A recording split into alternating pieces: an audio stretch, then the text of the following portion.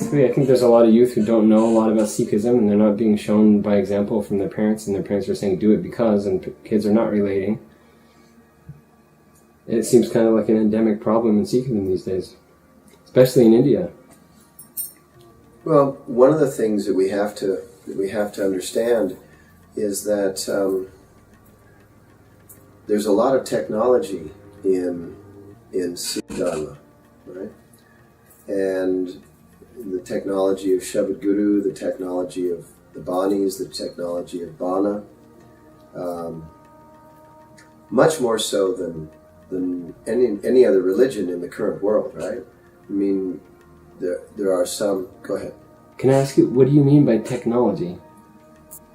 Biological, scientific reasons why you do what you do in Dharma. The Rahat Maryada. Why do you look the way you look? Why do you do the things you do on a daily basis?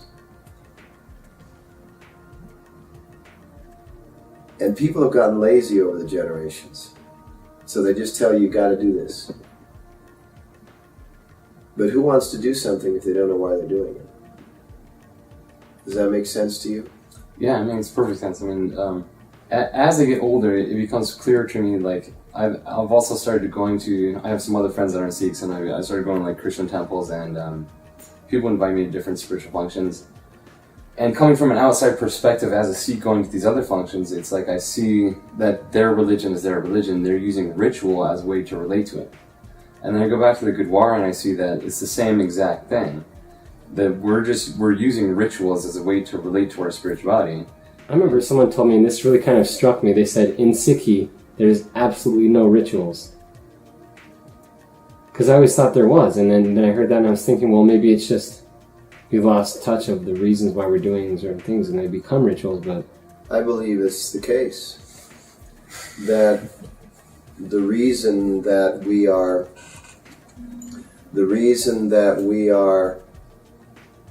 in ritual is because we haven't done the homework. We haven't found that heart-centered connection because we're too busy, because we haven't found the resources. But when you find, like you said, when you find that heartfelt connection, like a Shabad sung by someone who is really in their heart center, then it makes a difference. And you have the experience, and you only have to have the experience in that moment. And you can go on and you've absorbed everything you need. There doesn't have to be, no, we have to go through and then do this and right? All of those things, which are commonly called rituals,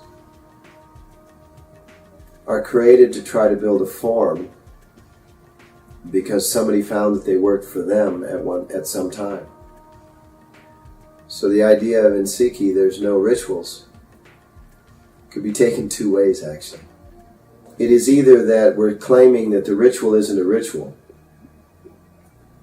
right?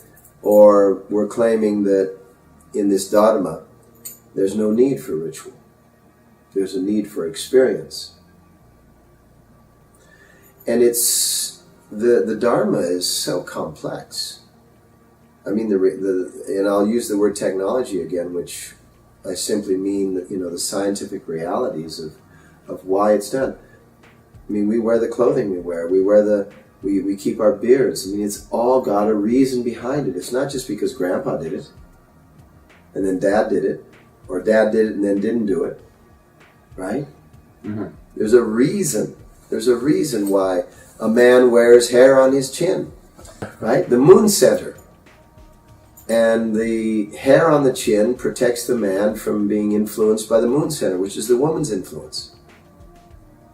Right? The difference between the moon and the sun, between the male and the female. So the man wears this beard to shield that moon center from being the one that is continuously activated. The moon center has a different emotional cycle. The man is more aligned with the sun, which has 4 cycles a year. And the moon has 12 cycles, 13 cycles a year. So if a man's going to be more of a man, then he should wear a beard, because it helps him to be more of that stable, powerful energy. I know it doesn't sell much as far as, the typical today's world, right? Because everything in today's world is so out of the way of tradition, and traditions are so out of touch with themselves. But the only way to get back to the traditions that really work, or the parts that have become ritual because they're no longer heartfelt, is to really study what is the reason behind all of it. If a young Sikh has questions about his or her religion, they really shouldn't make a move until they have exhausted all of the resources of study. And the reasons. Yes.